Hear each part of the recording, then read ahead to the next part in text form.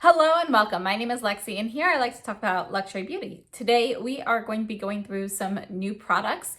So let's go ahead and get started. I'm going to show you some demos of the products as I am talking about them. And we're going to start off with base products. So we're starting off with the Tom Ford Traceless Soft Matte Primer. This is not new. This came out earlier this year.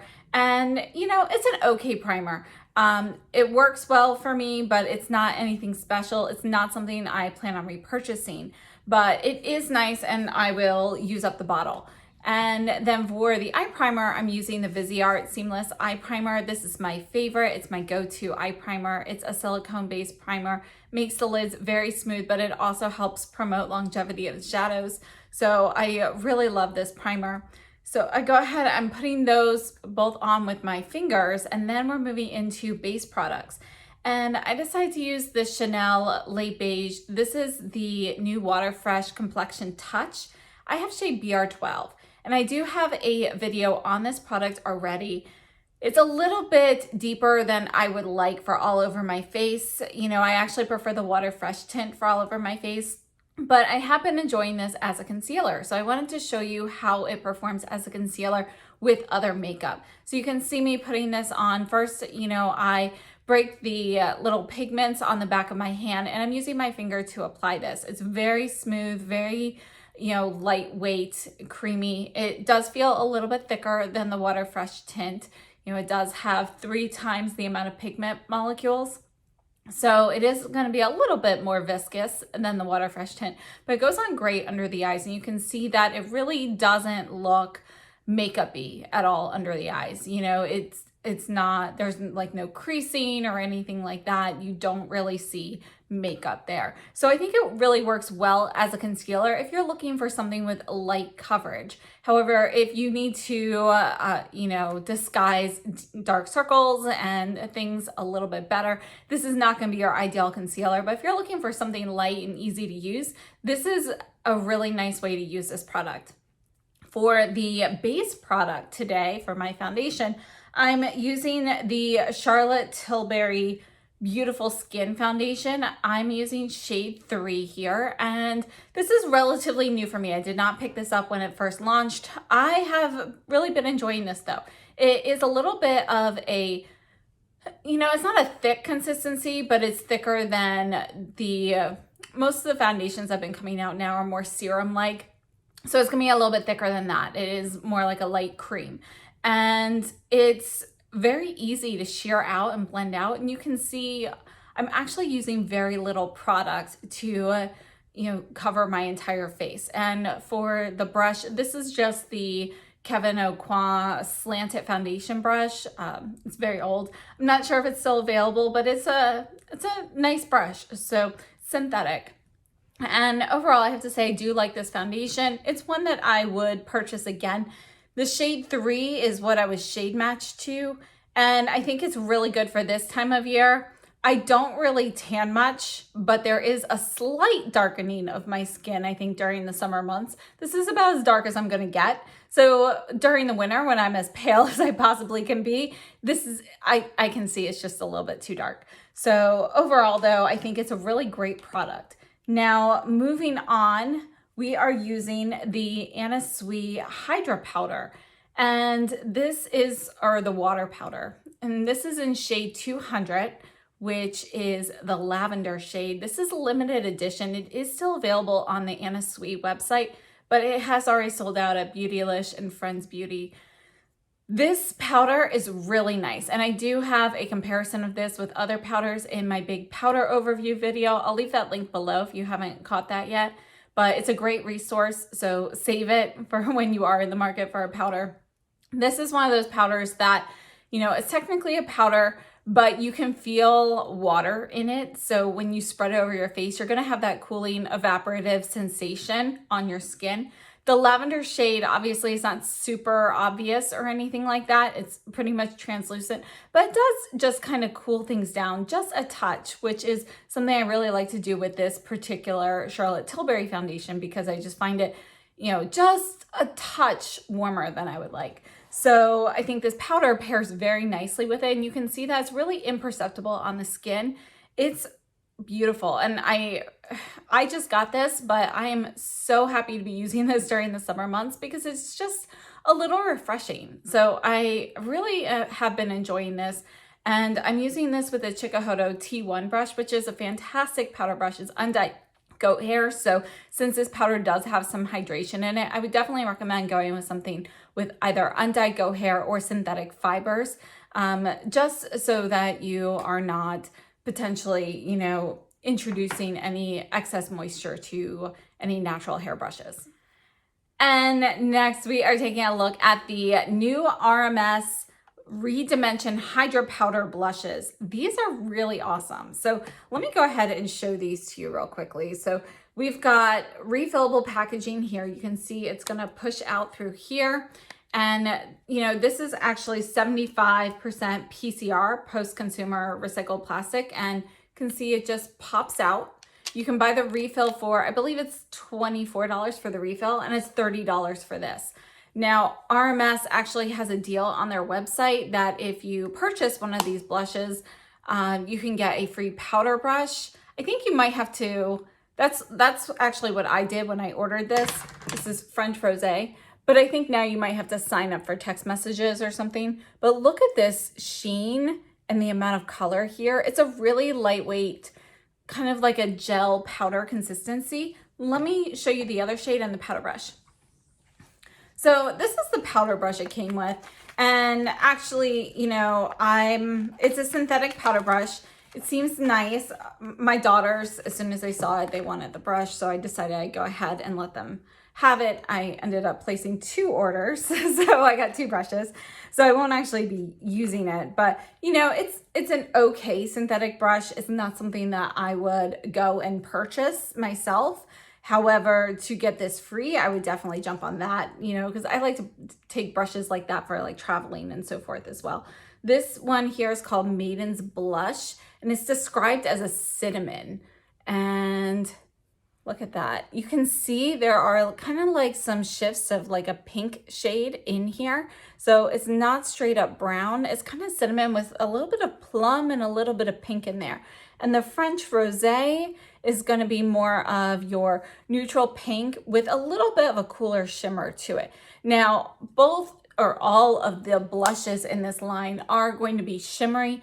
They're not glittery, but you can see that they definitely have a sheen. They have a shine to it. I don't need highlight when wearing these. So in the demos, I'm showing you each of the shades separately. And then for today's look, I blended them together for a mix of cinnamon or Maiden's Blush and French Rosé. And I really love them mixed together because it gives you more of that cooler pink look on the cheeks. And then when the light hits it, you see more of that cinnamon. It just adds this unexpected depth. So I really like that. I have to say the formula for these is stellar. Definitely well worth it. You get 7 grams of product.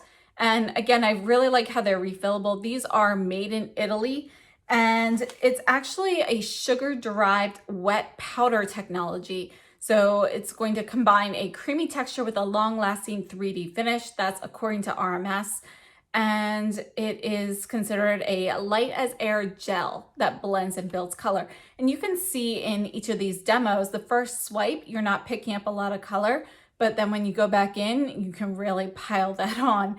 It's really easy to pick up the product. So even though the first swipe might make it seem like, oh, this is one of those firm blushes that's really hard to get on your brush, it's really not.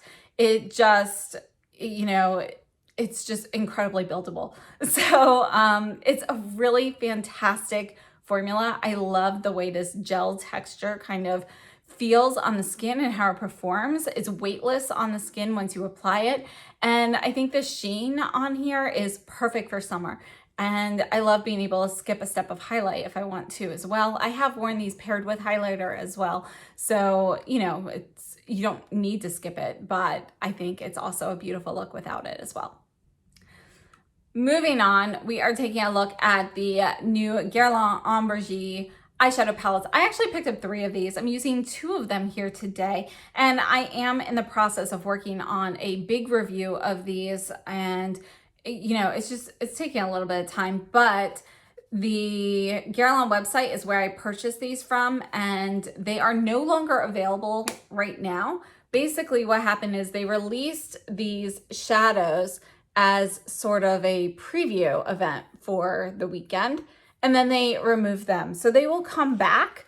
They are going to be a permanent addition, but right now you can't purchase them. So this one here is Mystic Peacock. And you can see how this kind of looked like it didn't swatch as well. It's not that there's anything wrong with this shade. It's just that the texture of this is different. These shades do have different textures. This one, this deep espresso shade, is really going to be more of a putty-like texture.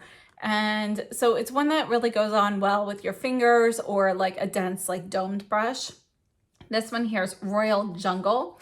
And I have to say, I'm absolutely loving this deep brown that I put all over my eyes today. So again, we've got different finishes here. This is another one that's putty-like. It looks black in the compact, but it's really just a super deep brown and deeper than this one here. There's a little bit more black in it. And this one here is even more of a topper shade, but we do have some metallics here. And yeah, overall, these are really beautiful. And I'm still kind of testing them out to see, how they perform over time and, to provide a bunch of looks and stuff for you guys. But I will have a full review on all three of the quads that I picked up very soon. And along with these, I also picked up the new Guerlain Noir G mascara. So as I'm showing you the demo of the eyeshadow and the mascara, again, this mascara, I'll have a full review of this with the eyeshadows. I really want to test it for a while and make sure, sometimes you get like a new mascara and it performs great for like a week or so, and then it just doesn't really live up to expectations once the air kind of gets into it a little bit. So I want to make sure I have solid opinions on this before I share them. But so far, first impressions of this are really positive. You can see that the mascara is very volumizing, and I have not had any fallout or anything. I've worn this 3 times already, I think. And yeah, it's really a beautiful mascara. So far, I'm really enjoying this. And again, I will have further thoughts on this in the full-length video on the new Guerlain products. And then last up, we are using a YSL Rouge Volupté Shine lipstick. And this one is shade 153. This is one of the shades that released in the spring. And this one is called Rose Dentel. It's a really beautiful shade. You can see that it's kind of a warm pink shade, and I paired it with the Givenchy lip liner in number 8 Parma Silhouette, but I really like this one. So let me just go ahead and swatch this here for you. Now, if you aren't familiar with these lipsticks, these are kind of like a lip oil in a stick form. They have more of an oily texture. They are thin, they're lightweight, they have a lot of sheen to them. They're not going to be that long wearing, but they're gonna be very comfortable on the lips. This is a formula that I like more for the summer, and I think it's just a really nice addition to today's look. So again, this one is 153 Rose Dentel. Now let's just go through a few comparisons for the blushes. This is Chanel Les Chaînes de Chanel, and this is kind of what the Maiden's Blush shade reminded me of right away. So you can see that they are going to be fairly similar in tone. The Maiden's Blush actually has a little bit more brown, and the Chanel has a little bit more peach in it. This is ever so slightly cooler than the Chanel, but you can see that they do definitely have a similarity. They also have a similarity in the amount of shine and sheen that you get with these as well. Some other comparisons. This here is the Sisley Lafido blush in shade number 1, Pink Peony. And let's put that one right here. You can see that this does not have the sheen that you get in French Rosé. And this is going to be a little bit cooler, a little bit more of a powder pink. And I also wanted to compare it to the Suku Melting Powder Blush or Melting Color Blush in 02. And I have to say, texturally, the RMS is similar to this texturally. The Suku actually feels a little bit more powder-like than the RMS does. The RMS actually feels a little bit more gel-like.